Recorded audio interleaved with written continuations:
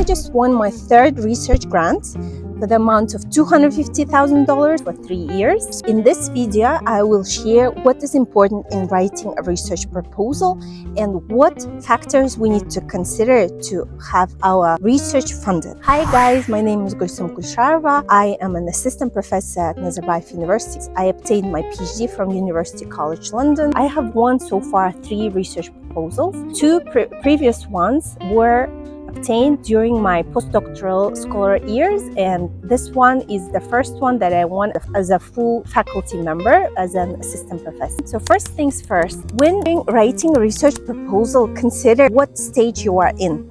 If you are just getting started, if you are a postdoctoral scholar or you are an early career researcher or a faculty member, and if you've never had research proposals funded before, then most important thing to consider is your research team. You see, it's very difficult to get your very first research grant. Once you get it, once you obtain and close it successfully, then the next one you can leverage on the previous projects that you had.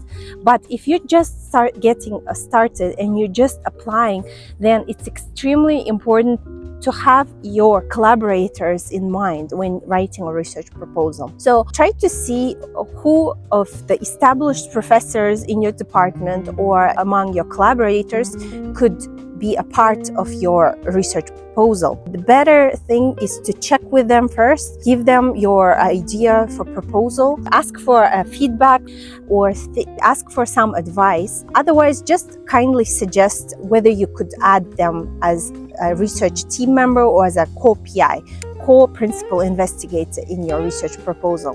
That really would help you in giving some credential to your research proposal. For example, when I was a postdoctoral scholar, when I just became one, I started writing a research proposal, and I knew my name is not spoken of, and nobody knows me, and reviewers who would be reading my research proposal may have some reservations.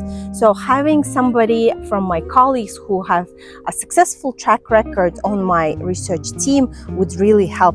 So I went ahead and contacted several professors from my department, and they were glad to participate after I explained them my research idea. And this also helps you, if your research proposal is successful, in having collaborators already from the start.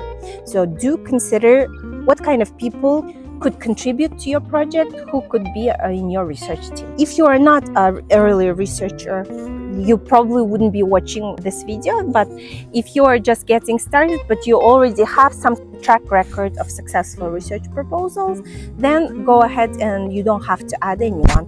So for example, in my case, for my first research proposal, I added some colleagues, but the recent one that I just won, for example, I didn't have any full-time faculty professors as collaborators on this project, but my name, just because I already had successful project completed before, was enough. And the feedback from this proposal was that she already has a track record of completed projects, so that essentially gave me credibility. So do consider what stage you are in, and depending on that, try to add your colleagues or somebody established from the project that you're applying for on your team as well. The second thing in selecting a research proposal topic to consider is if you are going to apply with an idea which you think is hot, which you think is likely to be funded, but you do not really like the topic or you're not interested in it,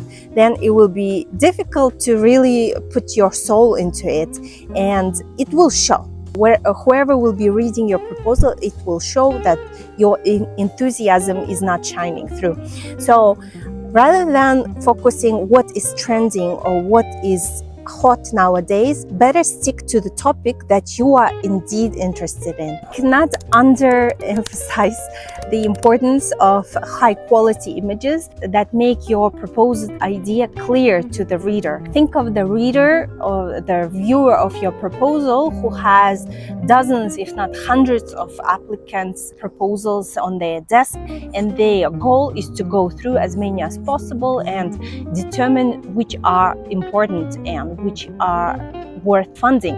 If your proposal has an image which is clear, you make the job of the reviewer much easier. So be sure to include high quality images and the key figure specifically. Key figure is the figure that comes in the first, second page of your research proposal that gives an overall overview of your research idea. For the tools that you can use for making high quality proposals and publications, you can check out my previous video. Another aspect to consider in writing research proposals is the budget. The budget needs to be quite straightforward and not overcomplicated, but at the same time it should make sense. So do not have some kind of budget that you show that you're overspending in one area, but then it doesn't really back up your proposed methods for accomplishing your goal in the proposal. Be sure to have a balance between how much money you allocate for equipment if you have an experimental research, or studies, or subjects, interviews, salary of the students, how much money you're allocating for attending conferences, and do not allocate too much money on attending conferences overseas. That would give an impression that you're going to use this money for travel instead of actually doing research and contributing to research. Some universities, some organizations, they have their own grant managers that deal with this budget of any kind of applicant's proposal. But in my case, for example, we didn't have that kind of office specifically, and as an applicant I had to do my budget myself. I noticed that the reviewers do look at the budget and how sensible it is. So be sure to leave enough time for working on a budget of your research proposal as well. Another thing to mention is the structure of your proposal. Be sure to follow all the guidelines that the funding agency asks you to. There's a lot of paperwork, and sometimes the applicants could just focus on the content of the proposal so much that they don't have enough time to go through the guidelines and important requirements that the funding agency asks. After spending a lot of time, the proposal could be taken out of the pool just based on some bureaucratic aspects. So be sure not to let that happen and have a look at the requirements first. Be sure to supply all the documentations that the funding agency asks you to. So in my case, for example, two of my actually successfully funded projects were funded by the Ministry of Higher Education and Science of Kazakhstan. So there's a lot of documentation to the extent that you need to supply all the quotations of consumables that you're going to use within the grant time. And obviously it's very difficult and requires a lot of time, but however, I had a lot of other colleagues that I knew who, just based on these bureaucratic aspects, were not shortlisted, even though their ideas were brilliant.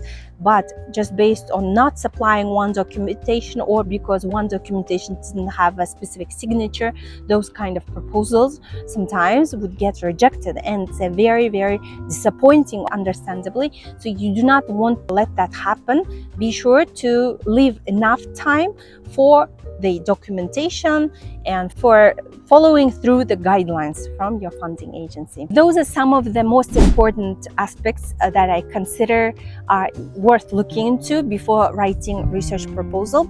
The structure of the research proposal could be found obviously online on the internet. If you have further questions, you can always leave your questions in the comment section below. I will also leave a document or template for a sample research proposal based on my previous work. Stay tuned for my next video. Thank you for watching, and I will see you in my next video.